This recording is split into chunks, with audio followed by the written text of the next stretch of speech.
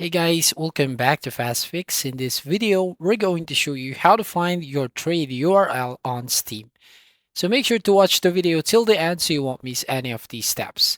So first up, open your Steam, either you're using Steam app or Steam on your browser. So in my sample, as you can see, I've just opened my Steam app.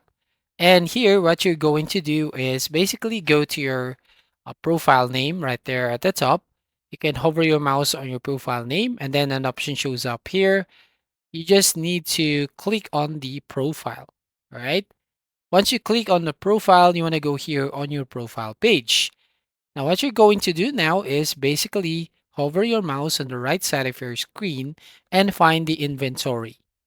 Okay, right from here at the bottom of the games.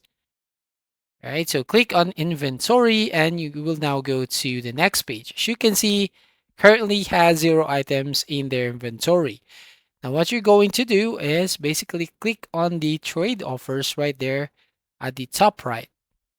Once you click on this option, then you'll find this page. Friends can send your trade offers, which you can accept, decline, or counter. All right, so you just need to click on who can send me trade offers right from here. And then here on this page, you want to scroll down here and then you will find the trade URL. As you can see. So if you're going to right click and you just have to copy this one and then you can paste or send to your friends or any of your social media accounts. All right. So you can also create new URL. As you can see, if you have shared or posted your URL and you would like to stop receiving trade offers from it, creating a new URL will make those links inactive.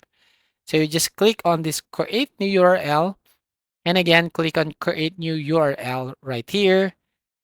So there you go. We have just created a new trade URL. So that's it. That's how we basically find your trade URL on Steam. So if you find this video helpful, please consider to like and subscribe to this channel. Don't forget to hit the notification bell to notify you on the next video.